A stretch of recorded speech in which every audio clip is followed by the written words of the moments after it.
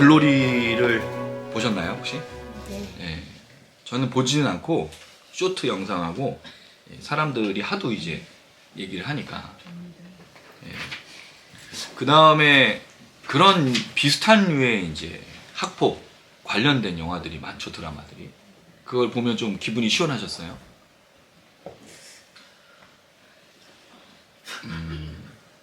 이게 해결되지 않는 문제잖아요, 사실.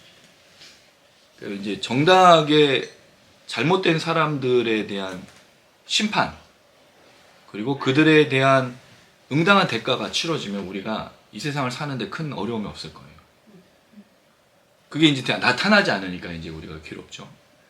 그리고 특별히 학폭 가해자들, 누군가를 괴롭히고 있는 수많은 일들 속에 우리가 그런 질문을 하지 않습니까? 하나님은 어디 계시고 무엇 하시느냐? 우리가 알고 있는 하나님은 크신 분이시고 전능하신 분이고, 또 그 하나님에 대해서 우리가 뭐라고 얘기하냐면, 모든 것을 아시는 그 하나님께서 의와 정의가 있는데 왜 이 일을 행하지 않느냐? 그게 우리가 굉장히 두려운 마음이지 않습니까? 그럴 때 우리는 어떻게 해야 되냐는 거죠.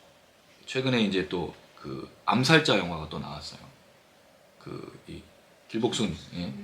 그거는 좀 논란이 좀 많죠, 그 드라마는. 그러니까 이런 그 암살자 얘기들이 이제 존 윅도 그렇고, 왜 그걸 좋아하죠? 처절한 응징, 시원해서. 피. 네. 사실 그게 시원한 게 아니에요. 우리의 시원하다는 개념은 원래 뭐죠? 더운 날 물 한 잔 먹는 게 시원한 건데, 한국 사람들의 특징이 뭐예요? 사우나 들어가서 뜨거운 물에서 시원하다. 그 거짓말 시리즈 있잖아요. 그 아버지가 그렇게 그 아들이랑 갔는데 아버지 거짓말했다고. 나중에 이제 그 손자가 그 얘기를 듣고, 그때 저 인간이 저 인간이냐고 이제 했던. 이게 시원함이라는 게 과연 뭘까? 근데 사실은 그게 결코 시원하지 않은 게, 존윅 4가 끝인지 어쩐지 잘 모르겠어요. 존윅 만을 나와야 이 세상 인구를 다 죽여야 끝날까? 제가 뭘 말씀드리고 싶냐면, 오늘 롯의 이야기는 이게 굉장히 좀 어떻게 적용할까가 참 많이 고민되는 본문이에요.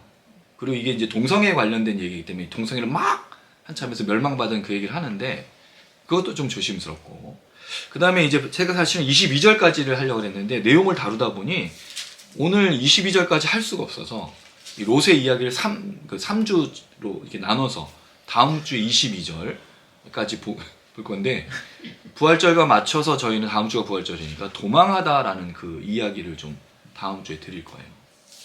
이 시대의 도망은 어떤 도망이냐, 이 도망가다는 얘기가 계속 많이 나오거든요, 다음 주에. 부활이 도망의 하나의 일종의 놀라운 반전이라는 얘기를 할 수 있어요. 그리고 그 다음 주에 이제 롯과 소돔에서의 탈출이 또 하나의 뭐를 만드냐면 악을 만든다는 거죠. 이 땅에서의 삶은 끊임없는 뭐가 싸움이냐면 악과의 싸움인 거예요. 거기에 우리가 어떤 삶으로 어떤 마음으로 대하지 않으면 악은 계속 반복된다는 거죠. 예전에 이제 중국 영화에 많이 나온 게 원수는 외나무 다리에서 만난다는 그거. 그 다음에 나를 찾아와라.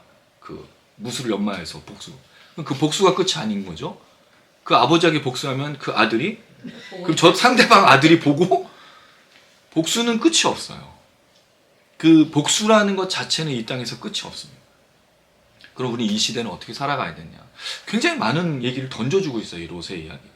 그래서 이 이야기를 동성애와 관련된 것만으로 이야기해서 심판받는 것만 말한다면 문제가 있다는 거죠. 그래서 본문이 뭘 말하고 있는지를 먼저 생각을 좀 해보면 좋겠습니다. 자, 오늘 본문 말씀에 배경은 1절에 나와요. 1절 전반절에 두 천사가 소돔에 간 사건이 나오고, 그다음 이어서 이제 롯이 그 두 천사를 맞이하는 내용이 나타나고 있습니다. 그 내용을 보면 3절까지 내용 속에 롯의 행동이 나오는데, 이거는 또 우리 혜빈 집사님 해주실 거예요. 18장에 아브라함이 여호와와 두 천사를 대했던 모습과 굉장히 유사하거든요. 비교해서 올려주실 거예요. 참조해 주시고. 네, 좀 이따 설명 다시 드릴게요. 그다음 4절에서 5절을 보면 소돔 사람들이 갑자기 나타나요. 아브라함에게는 없던 사건이죠. 롯의 사건은 그래요. 이게 소돔이 얼마나 악한지를 이제 보여주고 있죠. 그다음 6절에서 8절에 롯의 대응이 나와. 여기에 이제 문제가 있어요. 이 대응을 우리가 어떻게 이해하느냐가 굉장히 어려워요. 딸같이 부모 입장에서 아들만 있는 사람들이 이해가 안 될 수도 있어. 근데 이게 무슨 뜻인지, 성경에 왜 이런 게 기록되어 있는지 고민스럽단 말이죠. 자, 그리고 났을 때 이 사람들이 9절에 소돔살의 반응이 나오고 10절에서 11절에 이 이야기의 결론, 이 사건의 결론이 나와요. 근데 사실 이 사건의 결론이 아니죠. 열린 결말로 22절부터 22절에 소돔이 어떻게 그 최후를 맞게 되는가, 그 내용으로 나가는데 오늘 이렇게 좀 생각을 해보려고 합니다. 본문은 그냥 19장만 달랑 있는 게 아니라 18장과의 연결선상에 있어요. 왜? 우리 지난주에 아브라함의 간청과 요청을 봤죠? 어디를 향하는 간청이었어요? 소돔을 향해서. 끈질기게 하나님 앞에 얘기를 했죠. 6번에 걸쳐서 50명의 의인이 있다면 5을 줄여서 45, 40까지, 그 다음에 또 10명씩 줄여서 10명의 의인만 있더라도 어디를 멸망시키지 말아달라? 소돔을. 근데 그게 누구의 마음이었다고요? 하나님의 마음이었다라고 말씀드렸어요. 사실 아브라함은 이것을 이야기할 수 있을 만한 사람이 아니었는데 이때 아무래도 성령의 역사를 통해 아브라함이 기도하는 건 아니겠나. 근데 사실 하나님이 이게 이 시대에 우리에게 요구하는 거죠. 여러분, 하나님은 이 땅을 심판하는 게 목적이 아니에요. 심판하는 게 목적이었으면 다 끝났어요, 벌써. 노아 때부터 120년 정도의 시간을 주고 쓸어버리면 돼. 근데 왜 하나님이 더디게 하시냐는 거죠. 2000년이 넘어버려요. 훌쩍. 그래서 베드로하고 그 사람들은 그 순교한 게 얼마나 허무한 인생이에요? 빨리 오신 줄 알고 그렇게 순교한 거잖아. 보상받을 거라고 생각해서. 근데 그 이후로 나서 지금 굉장히 오랫동안 기다리고 있어요. 그리고 우리가 다 하나님의 나라 갈 때 빨리 오라고 얘기하지만 사실은 하나님의 뜻은 빨리 오는 게 목적이 아니라는 거죠. 하나님 뭘 원하시는 거죠? 이 세상 모든 사람들이 구원받기를 원하시는 거예요. 하나님은 심판하시고 진노하시는 게 목적이 아니고 기다려주시고 더디게 하셔요. 여기서 또 하나 생각해 볼 수 있는 게 뭐냐면, 우리가 하나님이 나를 버리거나 내게 있는 고통을 그렇게 생각을 해요. 심판 또는 내가 뭐 죄를 져서 이런 생각을 하죠. 근데 여러분, 만약에 하나님이 우리의 죄 때마다 심판하고 저주하고 혼내신다면 어떻게 살죠, 우리가? 살 수 있으세요? 세상에 사는 사람 아무도 없어. 세상에 사는 사람도 없을 뿐더러 없어졌어. 그 사람 어디 갔어요? 심판 받은 거야. 저도 마찬가지입니다. 우리 설 수가 없는 거예요. 하나님 우리 악한 마음, 생각, 행동 그 하나하나마다 다 관여하셔서 역사하신다면 우리가 삶을 살 수가 없다라는 거죠. 지금 제가 54인데 뭐야 이거, 이 반응이 뭐죠 이거? 비웃는 건지? 네. 그럼 제가 어렸을 때도 죄인이었지만 그때는 제가 인식하지 못한 죄였다고 치고, 제가 인식했던 죄가 이제 초등학생부터 있다고 치면 수많은 죄를 저질러 왔어요. 죄송해요 여러분, 제가 죄인 중에 괴수라는 사도 바울의 고백을 저는 이해해요. 알게 모르게 지었던 죄, 또 의도적으로 지었던 죄, 돌이킬 때마다. 근데 그때마다 하나님의 심판이 있었다면요, 우리가 지금 뭐 당하는 고난, 고통, 나한테 왜 이러시냐고 물을 수가 없는 거예요. 뭐 어떻게 물어요 우리가? 우리가 어떻게 살아가는 거죠? 예수의 보혈이 우리를 감싸고 있지 않습니까? 하나님 우리가 단독으로 만나는 게 아니에요. 착각하지 마세요 여러분. 우리가 예배 가운데 나올 때 하나님께 나가는 건 우리 스스로 나가는 게 아닙니다. 내 안에 계신 예수의 보혈, 그 인이 들어올 수 있도록 허락해서 들어가는 거예요. 근데 착각해요 다들. 옷만 깨끗하게 입고 20분 전에 나와서 준비하는 게 무슨 준비예요. 오직 성령의 인치심 받은 자만 예배. 왜 웃으세요? 착각하는 거예요 예배를. 예배는 오늘 예배 드리는 게 아니지 않습니까? 우리 월요일부터 토요일 지금까지 온 삶이 우리 예배인데, 근데 그 예배를 온전히 드리고자 싶어서 회개도 하고 찬양도 하면서 하나님의 은혜를 간구하는 건데, 일일이 우리에게 다 심판하시고 역사하면 살 수가 없어요. 숨조차 쉴 수도 없어요. 그게 다윗의 고백이고 시편 기자의 고백입니다. 주가 나를 짓눌러서 내가 진액이 쏟아져 나온다는 표현을 해요. 죄 때문에 하나님 앞에 설 수가 없으니까. 그 이야기 속에서 우리가 하나님의 뭐를 바라고 있냐? 긍휼, 자비. 그러니까 이미 우리가 뭘 받고 있는 거예요? 은혜를 받고 있는 사람들이라는 거죠. 그게 예배인 거예요. 우리가 예배를 드리는 것의 가장 큰 은혜가 뭐죠? 하나님이 날 사랑하시면 너무 잘 알잖아. 때로는 우리가 그것을 잊어버릴 때가 있고 고통스러울 때가 있지만, 우리가 예배를 드리면 말씀과 찬양과 기도로 나아가면 뭘 깨닫죠? 하나님의 은혜를 깨닫습니다. 그리고 하나님이 우리를 사랑하심을 너무나 잘 알고 있어요. 이 은혜가 이 아침에 회복되기를 주님의 이름으로 축원합니다. 아멘. 자, 그 속에서 이제 하나님께서 두 천사를 보낸 얘기 나오죠. 자, 1절. 저녁 때에 두 천사가 소돔에 이르렀어요. 그럼 이 저녁은 어느 저녁이냐? 왜냐하면 18장 1절 한번 볼게요. 18장 1절 읽어보겠습니다. 시작. 여호와께서 만물의 상수리 나무들이 있는 곳에서 아브라함에게 나타나시니라. 날이 뜨거울 때 그가 장막문에 앉아있다가. 여호와와 두 천사가 나타난 때는 날이 뜨거울 때니까 낮 시간인 것 같아요. 그리고 이제 허기진 걸 보면 점심때쯤 되어 보여요. 그럼 이 저녁은 19장 1절의 저녁은 어떤 저녁이냐는 거죠. 그날 저녁일까요? 다음날 저녁일까요? 며칠 후의 저녁일까요? 거리가 떨어져 있으니까. 이게 소돔이 바로 내려다 보인다고 해서 바로 가는 게 아니에요. 지금처럼. 약 64km 정도 떨어져 있었다고 보고 있어요. 소돔까지. 그러면 걸어서 가면 공간이죠. 그렇죠. 이게 두 천사이기 때문에 가능한 거죠.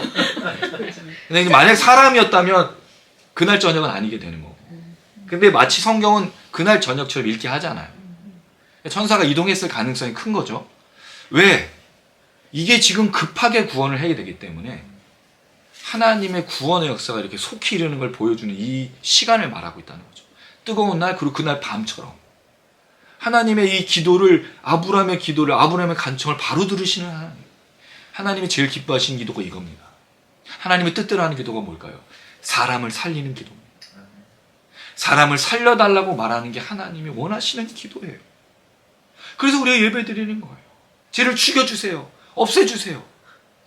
이게 하나님이 들으시는 기도가 아니라는 거예요.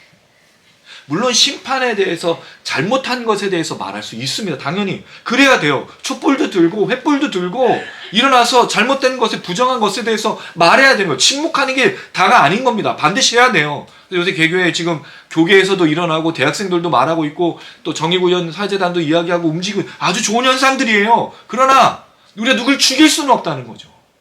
심판의 권세는 우리에게 있지 않기 때문입니다. 우리가 할 수 있는 건 잘못된 것에 대해서 돌이킬 수 있도록, 이걸 하는 게 뭐죠? 아브람처럼 돌이킬 수 있도록 간구하는 거예요. 돌아올 수 있도록 간구하는 겁니다. 사람을 살리는 기도, 사람을 회개케 하는 기도, 사람을 구원하는 기도를 하나님 정말로 기뻐하신다는 거예요. 그리고 하나님의 뜻은 무엇일까요? 다른 사람을 살리는 게 하나님의 뜻인 거예요. 여기서 지난주에도 얘기했지만 내가 어떤 직장을 가지고 무슨 사업을 하고 이건 하나님의 뜻이 아니야. 그럼 마음껏 하시면 돼. 하나님 응원하죠. 그리고 또 제가 뭐가 없다 그랬죠? 그거 하는 길에? 실패가 없다고 분명 말씀드렸어요. 무슨 실패가 있어요 여기에. 하나님이 그렇게 크시다면서 맨날 그러잖아요. 하나님 내 뒷배경이야, 뒷백이야, 백그라운드야. 근데 왜 걱정해요? 하나님이 내가 엄청 크신 분인데 이거 하다가 안 될 수도 있고 저거 하다가. 근데 우리에겐 실패가 없는 이유가 뭐죠? 우리는 누굴 살리고 있어? 사람을 살리고 있다면, 사람을 살리는 일을 감당하고 있다면 무슨 실패가 있어요? 사람을 살리지 못하는 게 실패가 되겠지. 우리의 구원이 실패가 있을지 있어도 하나님의 역사 속에 우리가 걸어가는 길에 실패는 없습니다. 할 수도 있고 못할 수도 있고. 그리고 여러분 사실 생각해 보세요. 나이가 들면 뭐가 쇠하죠? 기력이 쇠하잖아. 또 지혜도 어두워지고. 지혜가 어두워지면서 뭘 하게 되죠? 마음이 강팍해져서 남의 말을 절대로 안 들어. 저는 알아요. 제가 50대를 지나면서 무서워요. 저는.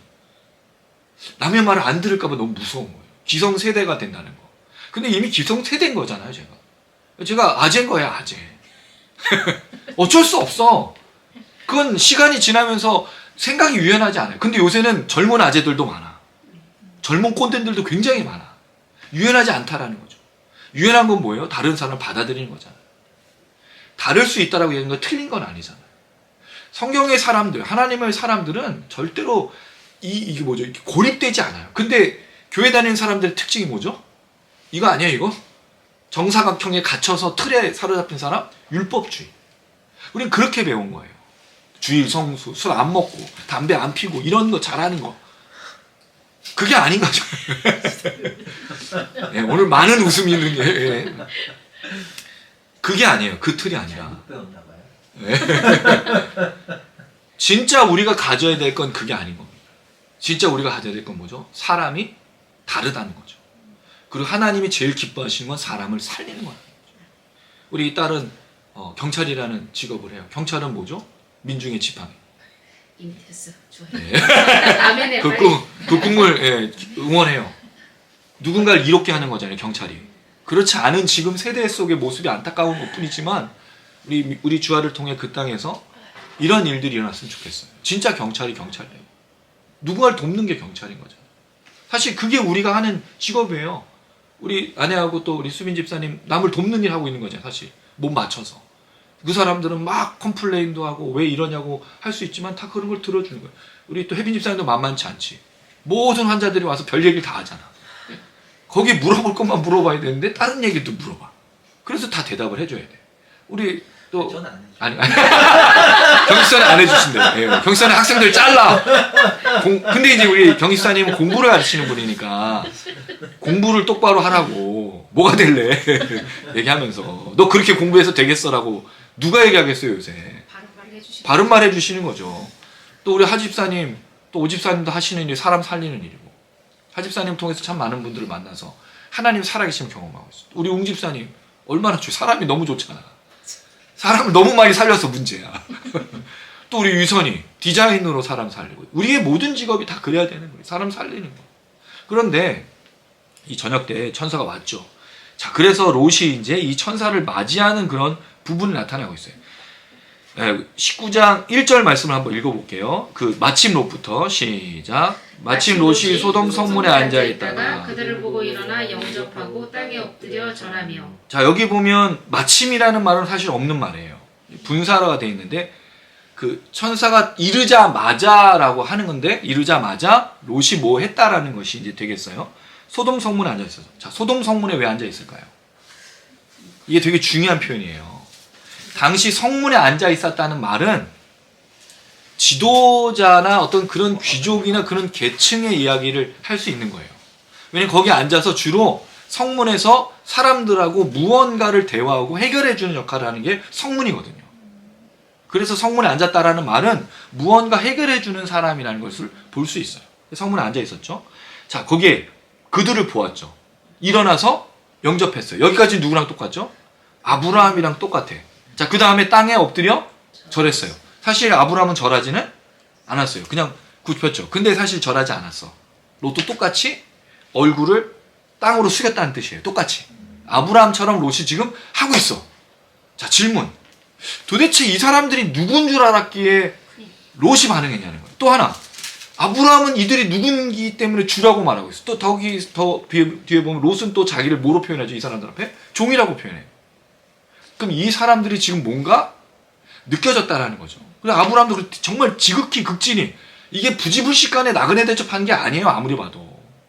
뭔가 의도가 있다는 거죠. 이 사람은 그 당시에 지도층이었다는 거죠. 아무나 대접하지 않잖아요. 여러분. 물론 나그네를 대접하는 것이 그 당시 고대 근동아시아에서 굉장히 큰 명예일 수도 있지만 조금 좀 생각해 볼 수 있겠다는 거죠. 자, 그랬을 때 2절 시작. 이르되 내 주여 돌이켜 종의 집으로 들어와 발을 씻고 주무시고 일찍 일어나 갈 길을 가서 그들이 이르되 아니라 우리가 거리에서 밤을 새우리라. 자, 이 말씀에 보면 아브라함하고 다른 점은 아브라함은 내 곁을 떠나지 마시고 지나가지 말아 달라고 그랬어요. 그리고 뭘 얘기했냐면 물을 가져와서 발을 씻고 나무 아래 씻어서 집으로 초대하지 않아. 근데 롯은 지금 뭐 하죠? 집으로 들어오라 그래. 왜죠? 지금이 밤 시간이기 때문에 그래요. 그리고 낮 시간이기 때문에 지나가라고 얘기를 한 거고. 그럼 이 두 천사의 목적지는 어디라는 거예요? 소돔이라는 거죠. 아브라함은 지나가고 있어. 근데 대신에 아브라함을 만나는 건 여호와 하나님이시고. 하나님의 계획은 이미 소돔을 향해서 있었던 거예요. 아브라함의 기도 때문에 간 게 아니고. 이미 하나님은 그 계획 속에 있는데 사람이 거기서 반응하고 있는 게 중요한 거예요. 이게 하나님의 역사입니다. 그럼 우리는 하나님의 계획에서 반응하고 있느냐? 반응하지 않고 있느냐가 문제겠죠. 거기서 질문은. 자, 여기서 보면 아브라함과 롯이 조금씩 달라지고 있어요. 그 다음에 아브라함은 18장 5절에 보면 그 아브라함의 태도는 2절부터 5절까지 나와 있어요. 그리고 롯의 태도는 1절에서 2절로 이렇게 둘이 비교해 보면 되는데 혜빈 집사님 해주실 거예요. 감사합니다. 자, 그때 당신의 마음을 상쾌하게 하신 후에라는 말을 아브라함 썼는데 롯은 그런 얘기는 없어요. 그리고 지나쳐 가실 것을 아는 아브라함은 나오는데 롯은 머물러 달라고 말하죠. 자, 그런데 이상한 건 이 두 천사가 뭐라고 얘기합니까? 내가 거리에서 밤을 새우리라. 뭐 한다는 뜻이죠? 차박하겠다는 거예요. 차박. 노숙하겠다는 뜻이에요. 아니 왜 이 처음 가는 성일 거고 이런 것에서 왜 밖에 있죠? 사실 이런 때 밖에 있는 건 되게 위험한 거잖아요. 그럼 왜 이 밖에 있을까라는 질문을 할 수밖에 없는데 이 두 천사의 목적이 뭐냐는 거예요. 두 천사가 왜 소돔으로 갔죠? 심판하는데 이제 대신 아브라함의 기도를 들었기 때문에. 네, 그래서 중요한 단어가 지난주에 우리 설교 제목이었어요. 21절, 18장 21절. 한번 읽어보겠습니다. 18장 21절. 18장 21절입니다. 시작. 내가 이제 내려가서 그 모든 행한 것이 과연 내게 들린 부르짖음과 같은지 그렇지 않은지 내가 보고 알리라. 이 목적이기 때문인 거예요. 그래서 롯의 집으로 가게 되면 알 수가 없으니까 그 거리에서 그것을 확인하겠다는 거예요. 근데 사실은 확인할 필요가 없죠. 예. 암행어사 출두요. 암행어사 출두한 겁니다. 확인해 보시죠. 근데 왜 이런 과정을 자꾸 거치냐는 거예요, 하나님이. 모르지 않으시는데. 그냥 롯 구하면 되는 거 아니에요? 과정 없이. 근데 하나님 굉장히 어떻게 보면 이런 복잡한 과정도 거치고 거기에 사람들이 개입할 수 있도록 여지를 두시는 거예요. 이상하게도. 그냥 이걸 딱 해서 천사 갔어. 롯을 향해서 나와. 나머지 죽어. 이런 게 아니란 말이죠. 뭔가 하나님이 계속 깔아놓고 계시는 거예요. 판을 벌리죠. 그 판 속에서 뭘 하길 원하시냐면 하나님의 뜻을, 하나님의 은혜를, 하나님의 계획을 아는 사람들이 자꾸 일어나길 바라시는 거죠. 근데 그것을 보면서 누구가 깨닫고 반응하기를 바라시는 거예요. 하나님은 이 세상 모든 사람을 심판하는 게 아니라 이 세상 사람들 속에서 하나님의 사람들을 두시고 천사를 두시고 기적을 두셔서 계속 하나님을 깨닫도록 역사하고 계신 거예요. 문제는 우리가 반응을 잘 못하고 있는 게 문제죠. 그 못하고 있는 것의 핵심이 누구 때문일까요? 그리스도인들 때문이에요. 우리가 그 기적이 하나님의 기적이라고 보여줘야 되는데 분명히 천사도 있고 하나의 역사도 있는 걸 보여줘야 되는데 우리가 그걸 다 막고 있죠. 여기에 내버려둔 게 뭐예요? 이단, 신천지, 그 다음에 뭐 이런 여호와의 증인 이런 것들이 움직이니까 하나님의 계획을 왜곡시키는데도 내버려둔 거예요. 사람들이 그렇게 해서 그 하나님이 아닌 하나님을 믿고 있는 거. 심각해요, 여러분, 정말. 우리가 침묵하니 돌들이 소리 질러야 되는데 돌들이 소리 지르는 게 아니라 이단과 사이비와 이상한 것들이 소리 지르고 있는 게 문제인 거예요. 왜곡된 하나님을 지금 만나요. 대표적인 케이스로 전광훈이 같은 사람이 나와서 하나님 나한테 이런 말을 어떻게 해요? 예전에 우리가 만약 그렇게 해서 교회에서 했다고 하면 목사님 뭐라 그랬어요? 저 미친놈 아니냐고 교회에서 끌어내라고 할 텐데 왜 침묵하고 있죠, 그 목사님들? 정확한 겁니다. 돈 받았어요. 정치 목사들이 생긴 거죠. 이 이야기를 왜 하나님은 길게 쓰냐는 거예요. 구출해내면 되잖아. 끝이잖아. 근데 하나님 역사가 있음을 통해서 하나님의 살아계심을 통해서 하나님의 사람들을 통해서 끊임없이 이 작용을 하고 계신 거라는 거죠. 보이지 않게. 근데 문제는 지금 드러내놓고 하고 있는 모든 것들이 하나님을 왜곡시키는 것들로 드러나고 있는 거예요. 하나님의 살아계심은 반드시 있습니다. 할렐루야. 아멘. 우리 교회를 봐도 그렇고 우리 성도님들의 삶을 봐도 그래요. 그럼 우리가 그 속에서 뭘 하고 있는 거예요? 그 속에서 하나님 살아계심을 증거해야 되는 거잖아요. 비록 작은 목소리고 아무것도 보이지 않는 미진하고 미약할 수 있지만 그 속에서 하나님의 살아계심을 누군가에게 전하고 보여주는 아무것도 아닌 행동, 아무것도 안 한 그 말 한마디가 하나님의 살아계심을 증거해야 된다는 거죠. 여론이 어떻든 언론에서 어떻게 다루든 중요한 게 아니에요. 그건 다 사라질 거니까. 신기루 같은 거예요. 그러나 하나님의 사람들이 지속적으로 왜 꾸준히 얘기하시니까 하나님은 이 역사가 끝난 게 아니잖아요. 창세기부터 지금까지 계속된 역사잖아요. 그 속에서 하나님의 사람들이 움직이고 있고 역사하고 있어요. 지치면 안 돼요, 여러분. 절대로 포기하면 안 됩니다. 우리가 지치면 말할 사람이 없어져. 우리가 포기하면 아무도 말하지 않는 거예요. 절대로 포기하면 안 됩니다. 그래서 제가 늘 그런 말씀 드렸어요. 우리가 거기에 있는 이유가 있다. 우리가 그 장소에 있고 그 사람들을 만나는 이유가 있다. 왜? 뭐로 하는 거죠, 우리가? 광야 외치는 자의 소리가 돼서 하나님의 살아계심을 증거하기 위해서 거기 있는 겁니다. 그 가정에 있는 거. 그 가정을 떠나고 싶을 때도 있고. 왜 이런 가정을 주신다고 말할 때도 있지만 거기 있는 이유. 깨달은 내가 선포하고 말하는 거죠.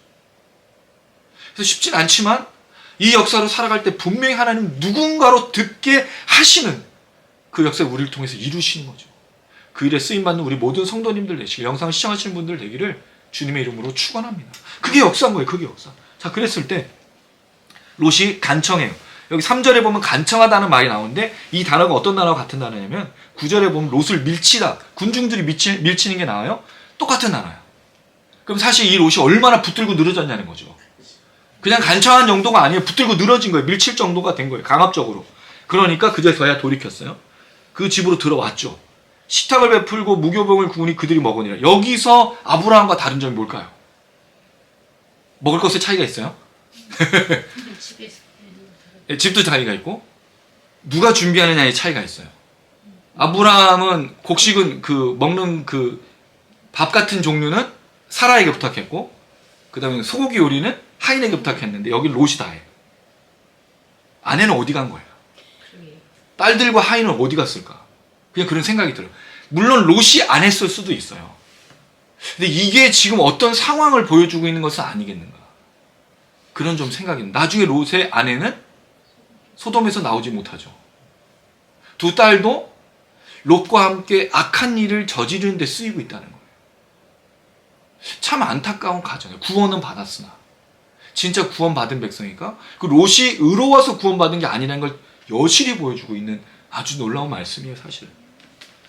이거 좀 이따 설명을 드리고 자 그래서 4절 5절입니다. 제가 4절 읽고 여러분 5절 읽어주세요. 그들이 눕기 전에 그 성사람 곧 소돔 백성들이 노소를 막론하고 원근에서 다 모여 그 집을 애워싸고 롯을 부르고 그에게 이르되 오늘 밤에 내게 온 사람들이 어디 있느냐 이끌어내라 우리가 그들을 상방하리라. 자 여기서 이제 어려운 점이 이제 시작되게 해요. 그들이 눕기 전에 그들은 두 천사를 말하겠죠. 눕기 전이란 말은 쉬기 전에 잠자기 전에 아마 그 식사를 하고 나서 이제 곤에서 잠을 잘 건데 신기한 건 왜 두 천사는 쉬었을까? 원래 뭐를 해야 되지 여기서? 롯을 구원하고 막 그런 얘기를 해야 되잖아. 그런데 바로 이 사건이 터져요. 그러면 이 두 천사는 더 있을 작정을 했을 수도 있어. 왜? 소돔에서 의인이 있는지를 확인했어야 되니까. 근데 의인이 없다라는 걸 바로 사람들이 보여주고 있죠. 그 성 사람. 사람이란 말 에노시라는 뜻이에요. 사람들, 인류, 인간 이런 표현을 썼어요. 소돔 백성들 똑같은 소돔 사람들이에요. 노소를 막론하고. 그럼 노소를 막론했다는 말은 사실 남자만이 아닌 거야. 원래대로 하면. 단어의 표현으로만 보면 남자라고 막 꼭 한정 지을 수는 없는 거예요. 그런데 다 남자로 번역을 했어. 그래서 동성애가 된 거죠. 그래서 물론 그 해석에 대해서 어느 정도 일리가 있는데 좀 생각해 볼 만한 게 좀 많다라는 거예요. 제 생각엔. 자, 그랬을 때 이 노소라는 말은 젊은이나 나이 많은 사람이나 막론하고 원근에서란 말은 사실은 변두리에서란 뜻이에요. 변두리에서 왔다면 가까운 데서 당연히 온 표현이 되겠죠. 뭐였어요? 집을 어떻게 했죠? 에워쌌다는 의미가 뭐예요? 환영하는 환영 인사일까요? 아 환영합니다. 다 집을 둘러싸서 그게 아닌 거죠. 도망갈 곳을 막는다는 뜻이 에워싸는 거잖아요. 마치 이 그 전쟁에서 성을 둘러싸듯이. 그럼 이게 좋은 목적이 아닌가 알아요. 그래서 롯을 부릅니다. 그에게 말하되 오늘 밤에 내게 온 사람들이 어딨냐. 사람들도 에노시예요. 그럼 이 사람들이 이게 남자인지 여자인지를 모르고 있는 거예요 지금. 사람들이라는 표현을 보면 그 남자들이 어디 있느냐고 묻지 않았다는 거예요. 사람들이 어디 있느냐라고 물었다는 거죠. 이끌어내라. 달라는 거예요 그 사람들을. 우리가 그들을 상관하리라. 이 상관이라는 말을 어떻게 해석하느냐. 이게 사실은 야다라는 뜻이에요. 알다. 네. 이 단어는 마리아에게서 나타날 때 내가 남자를 알지 못하는데 어떻게 아이를 갖겠습니까? 임신하겠습니까? 할 때 그 알다. 성적 관계를 말하고 있죠. 그럼 이게 지금 성관계를 맺겠다라는 뜻이잖아요. 사람들이 몰려와서 이 두 천사와 외지에서 온 사람하고 여기서부터 우리가 이제 헷갈리기 시작하는 거예요. 도대체 이들의 문화는 뭐지? 이게 왜 이런 얘기가 생기는 거지? 이게 진짜 우리에게 너무 어렵고 충격적인 사건이잖아요. 그래서 사람들이 막 사람을 달라고 그래서 도대체 이 사람들은 뭘까? 이런 생각이 드는 거예요. 공동 번역에서 이렇게 번역해요. 오늘 밤 내 집에 든 자들이 어디 있느냐? 그 자들하고 재미를 좀 보게 끌어내. 이렇게 공동 번역 이렇게 했어요. 자, 그 현대어 성경이 더 웃겨요. 이 좀 끌어내, 손 좀 봐줘야겠어. 소돔 사람들이 하나님의 신부름꾼을 끌어내려 한 까닭 그들을 성폭행하려는 심산에서였다. 성폭행이라는 단어를 썼어요. 그 다음에 NASB는 We may have a relation with them이라고 되어 있어요. 관계를 맺겠다는 뜻이죠. 그 다음에 ESV 성경 We know them. 그들 알고 싶어. 친해지고 네, 진짜 그냥 원어 그대로 번역한 거죠. 알고 싶다고. 그 다음에 NJB, 뉴 제루살렘 바이블은요, We can have intercourse라고 했어요. 관계 맺다라는 뜻이죠. 그들과 함께. 다시 성적인 관계를 다 얘기하고 있어요. 그러면 이게 동성애 강간, 뭐 이런 거를 얘기하는 거냐? 라는 고민이 드는 거예요. 소돔이 얼마나 타락했으면 동성애가 이렇게 심각했느냐? 이 동성애는 이 구약에서 굉장히 심각한 범죄였지 않습니까? 죽이라고 그랬었으니까. 물론 신약도 마찬가지지만, 그랬을 때 이게 동성애를 하는 그래서 소돔이라고 말하는 게 동성애를 하는 사람들이랑 악한 그런 뜻이다. 소돔의 타락상을 말한다고 하는데 조금 고민이 돼요. 이 표현이 동성애를 말하는 것이냐 아니 다른 뜻이냐. 이 사건과 유사한 사건이 사사기 19장에 등장해요. 사사기 19장 한번 가보겠습니다. 굉장히 당혹스러운 사건이 사사기 19장에 나옵니다. 예, 사사기 19장에 보면 지독하고 아주 성경에서 있을 수 없는 사건이 나와요. 사사기 19장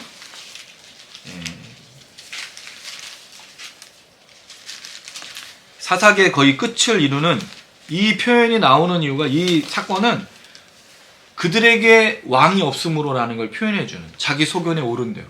그게 오늘 이제 롯이 말하는 너희 눈에 보기에 좋은 대로는 똑같은 뜻이에요. 악한 것이 모신을 잘 보여주고 있는데, 자, 1절부터 보시면 어떤 레위 사람이 나오죠. 그 유다 벨레헴에 첩을 맞았어. 본처가 아니에요. 레위 사람이 첩을 맞았다는 것도 되게 신기한 일이야. 근데 2절, 그 첩이 행음했어. 사사기 19장 2절, 행음을 했어. 간음했다는 뜻이죠. 남편을 떠날 수밖에 없잖아요. 이혼했다는 뜻이지. 그래서 아버지한테 돌아갔어요. 그랬을 때 남편이 여자에게 다시 이 여자를 그리워서 데리고 오려고 해요. 3절에. 그래서 갔더니 장인어른이 좋아서, 딸이 그렇게 잘못했는데도 불구하고 사위가 자기 딸을 데려가 준다고 하니까 얼마나 기쁘겠어. 잔치를 벌여요. 계속해서 먹고 자고, 5째 날 먹고 자고 하도 9절에도 보면 또 계속 먹고 자고 해. 10절까지 먹고 자고 했어. 그러니까 얼마나 이게 좋은 막 그 축복이에요. 그런 것처럼 느껴지잖아요. 자, 그래서 11절 결국 떠나게 되죠. 예루살렘에서 떠나서 여부스에 가까이 갔는데, 여부스 성읍에 유숙할 때, 그러니까 잠을 새울 그 밤을 지샐 곳을 찾는데 아무도 그들을 초대해주지 않아요. 그렇게 해다가 해가 졌죠. 베냐민에 속한 기브아에 가까이 가서 해가 졌다. 14절. 자, 그리고 나서 기브아에 유숙하려고 그러는데 아무도 자기들을 맞아주는 사람이 없어요. 자, 16절 한번 읽어보겠습니다. 시작. 저녁 때 한 노인이 밭에서 일하다가 돌아오니 그 사람은 본래 에브라임 산지 사람으로서 기브아에 거류하는 자예요. 그곳 사람들은 베냐민 자손이더라. 이 사람도 베냐민에 속한 기브아라는 지역에 살았지만 사실 에브라임 지파 사람이야. 다른 지파에서 베냐민으로 온 사람이라는 거죠. 롯은 어떤 사람이에요? 갈대아 우르 사람인데 소돔에 정착한 외지인이야. 여기서의 비슷한 점이 있어. 그랬을 때 베냐민 사람들이 어떻게 이 사람을 대하는지가 나와요. 자, 노인이 그래서 봤더니 이 사람이 거기서 헤매고 있으니까, 자, 19절 먹을 게 있으니까 와서 쉬라고 포도주도 주고, 이 사람을 정말 지극하게 대접을 하고 있어요. 그래서 안심하라. 자, 그리고 21절 나귀에게 먹이고 발을 씻고 먹고 마셔. 그럼 오늘 롯이 했던 것처럼 발 씻고 먹고 마시는 그런 상황이 똑같이 이루어지고 있는 거죠. 이 노인이 잘 대해주고 있는 거잖아요. 자, 그랬을 때 22절 읽어봅니다. 시작. 그들의 마음을 즐겁게 할 때 그 성의 불량배들이 에워싸고 문을 두들기는 집주인 노인에게 말하게 되되 사람을 끌어내라. 관계. 이 관계가 똑같이 야다해요. 지금 불량배라고 나오는데 사실 불량배라는 말은 없어. 사람들이에요.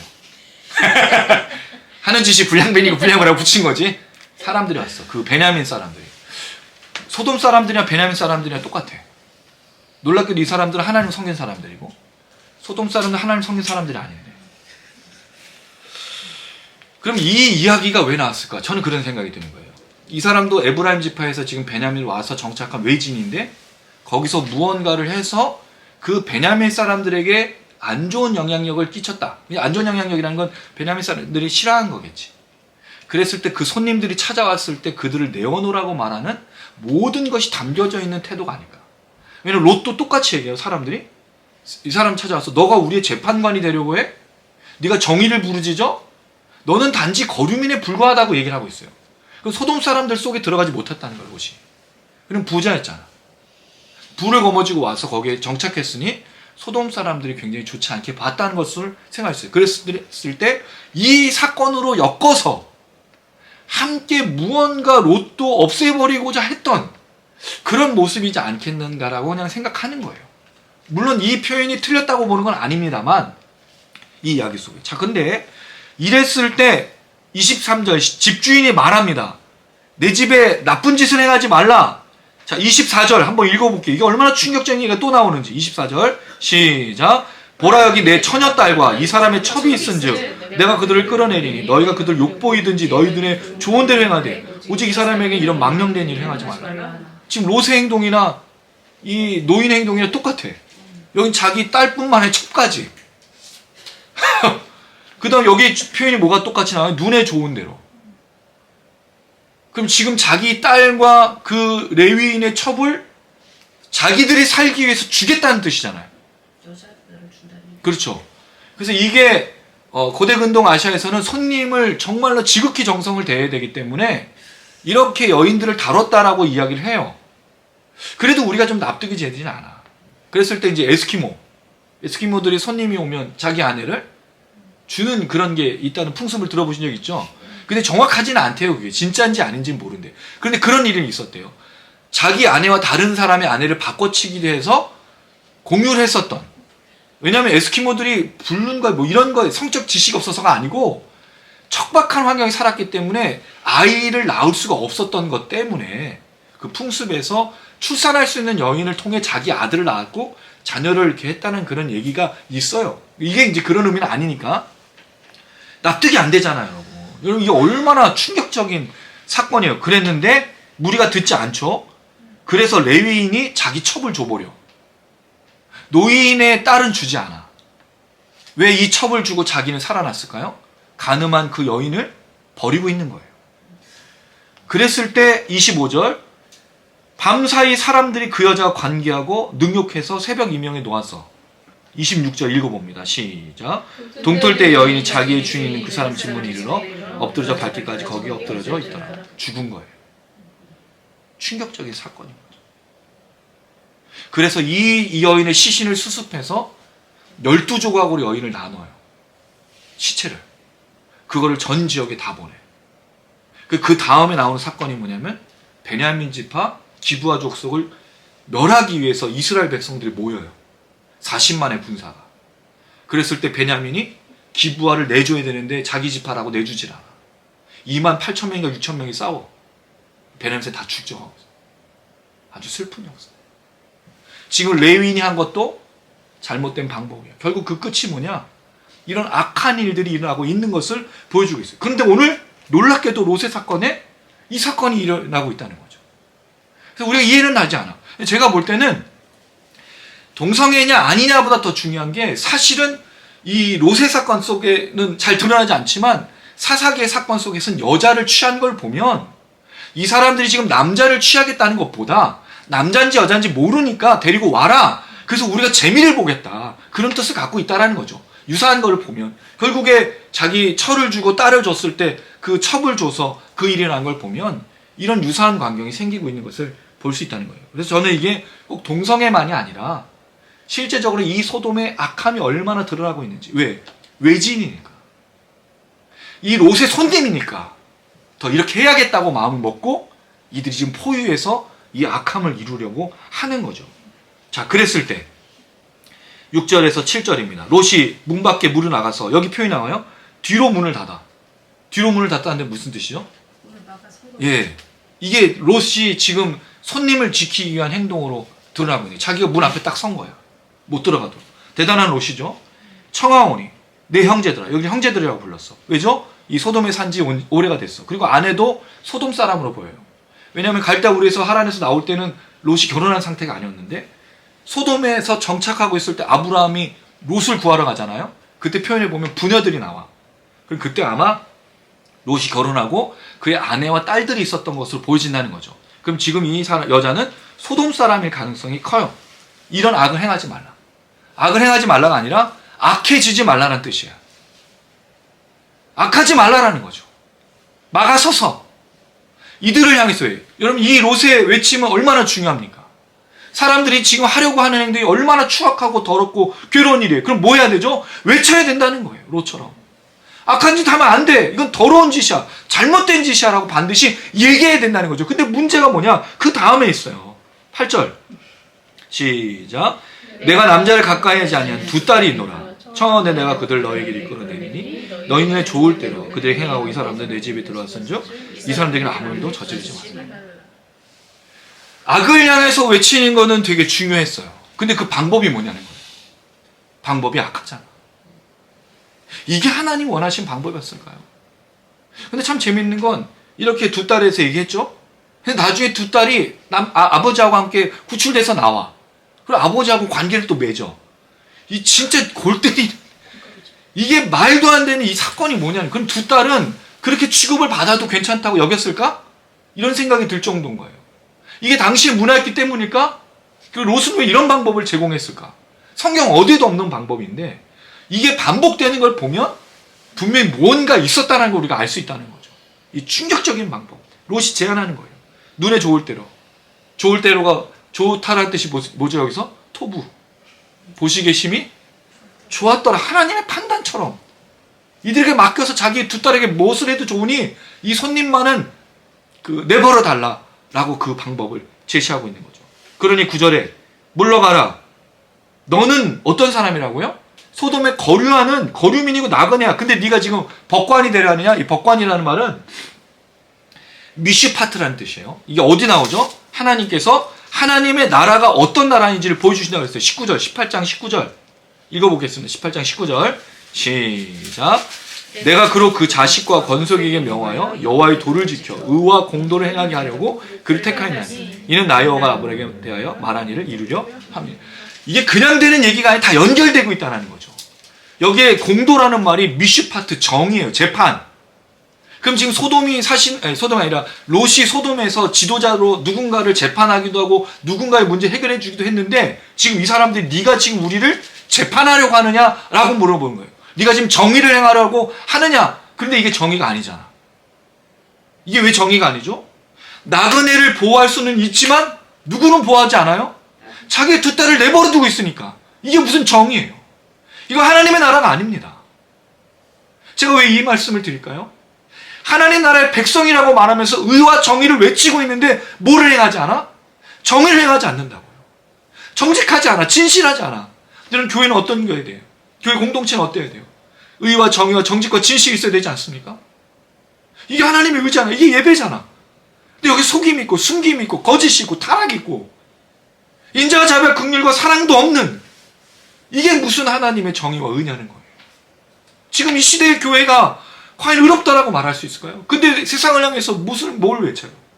교회가 외치는 게 뭐죠? 빨갱이. 내가 빨갱이는 용서를 못하고 친일파는 손잡아도 빨갱이는 내가 용서할 거야.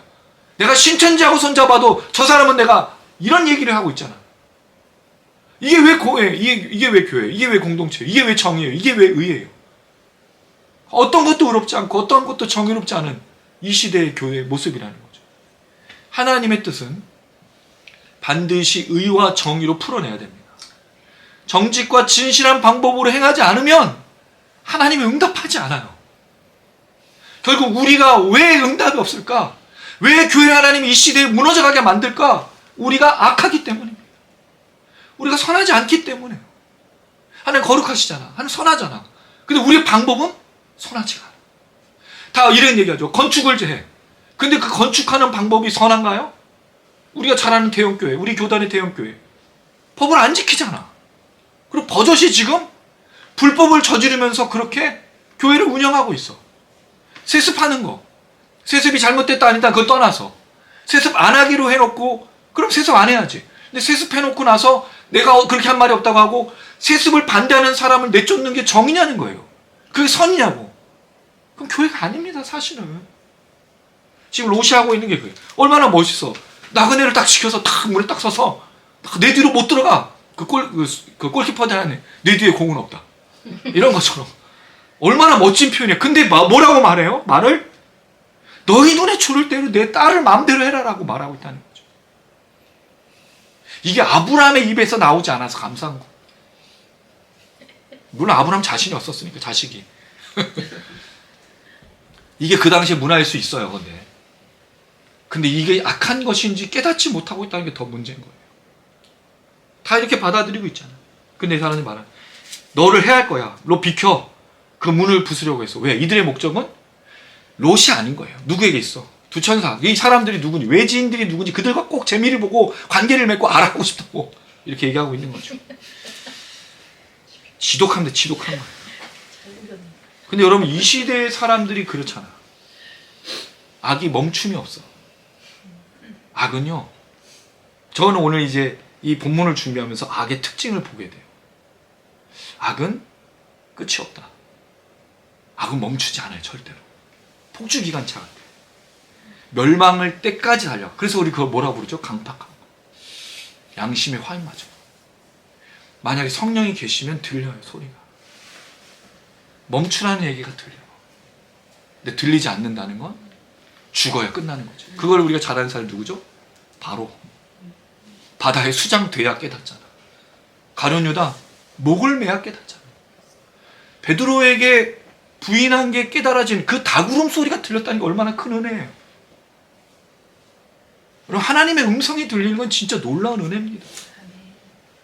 어떻게 우리가 말씀을 깨달을 수 있어? 마음이 강팍하면요, 말씀을 볼 수가 없어. 깨달아지지도 않아. 읽는데 하나도 보이지가 않아.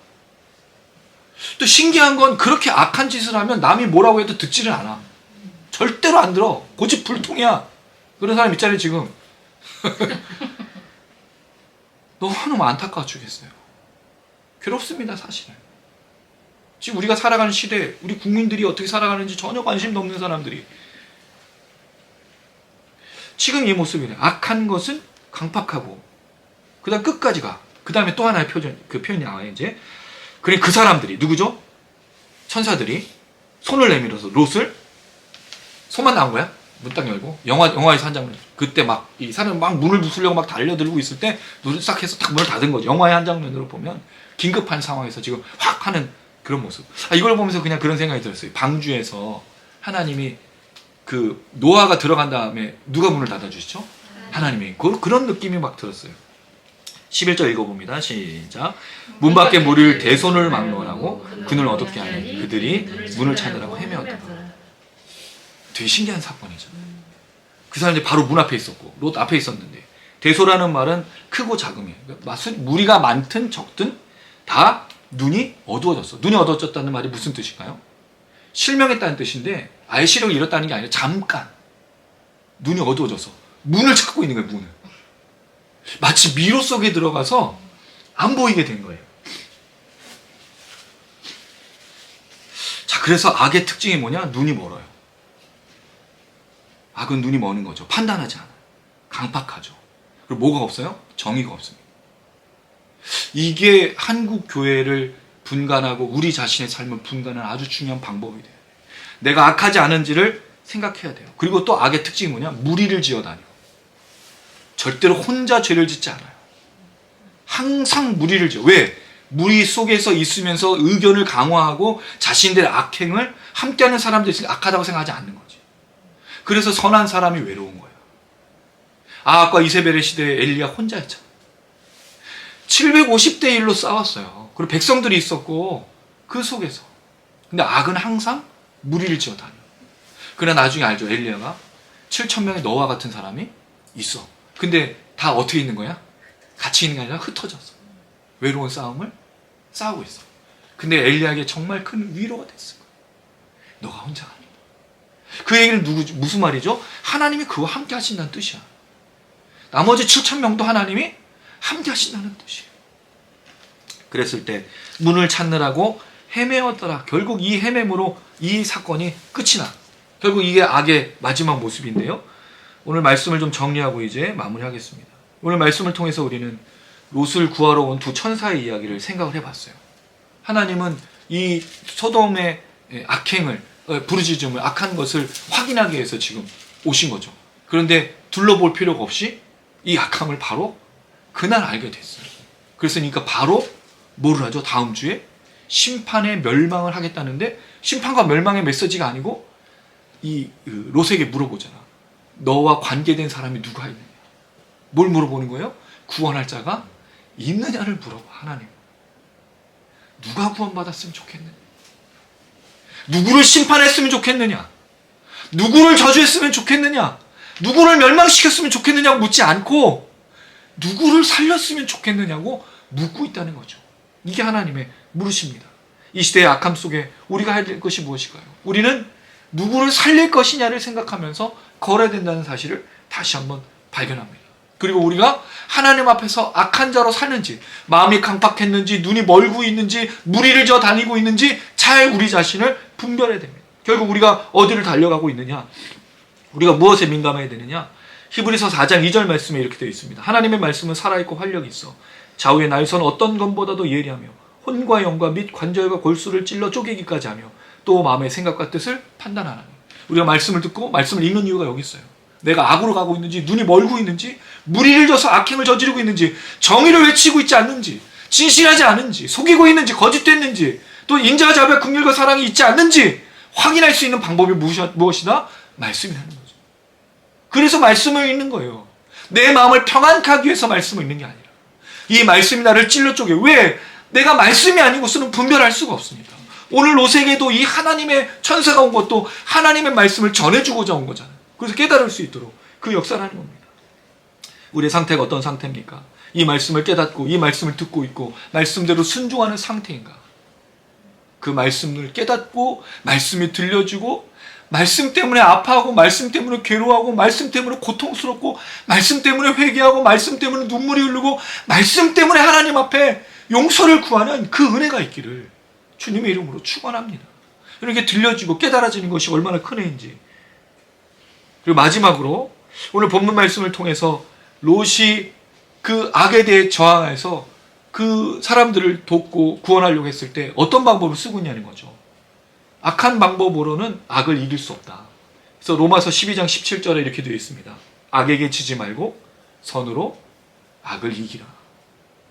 우리가 이 땅을 살아가는 방법은 악이 아니라 선이어야 됩니다. 정의를 부르짖는 사람들이 악을 행해서는 안 된다고 말씀을 드렸어요. 그리고 데살로니가전서 5장 22절에 보면 악에게 지지 말고 그 선으로 살아가는 삶의 방법들을 이야기하는데 놀랍게 그 말씀 앞에 무슨 내용이 있냐? 항상 기도하고 쉬지 말고 기도하고 범사에 감사라는 내용이 나와. 그럼 말씀과 뭐가 항상 연결된 거죠? 기도가. 깨닫는 자를 통해서 이 시대의 악함을 통해서 정의를 향해 나아갈 때 기도하지 않고서는 감당할 수 없다는 걸 분명하게 보여주고 있는 거죠. 여러분 절대로 악을 악으로 이길 수는 없습니다. 그래서 제가 처음에 왜 복수 얘기 이걸 했느냐 말씀드려요. 복수는 뭐를 낳죠? 복수를 낳습니다. 물론 잘못된 것은 반드시 말해야 돼요. 부당하고 불공정하고 그런 것들에선 이야기해야 됩니다. 그럼 그 방법은 절대로 악해서는 안 된다는 거지. 그 방법은 반드시 선하고 공의롭고 정의롭고 진실하고 인자와 자비와 긍휼과 사랑이 있고 주님이 가르쳐 주신 대로 그렇게 살아가면 이 땅의 변화가 일어나죠. 그러나 이 땅의 변화가 완전히 일어나지 않습니다. 우리는 그 시대를 싸워가야 되고 주님이 오시는 그날까지 이 길을 걸어야 돼요. 지치고 냄새 방울 쌤 우려가 있어서 말씀 맺도록 하겠습니다.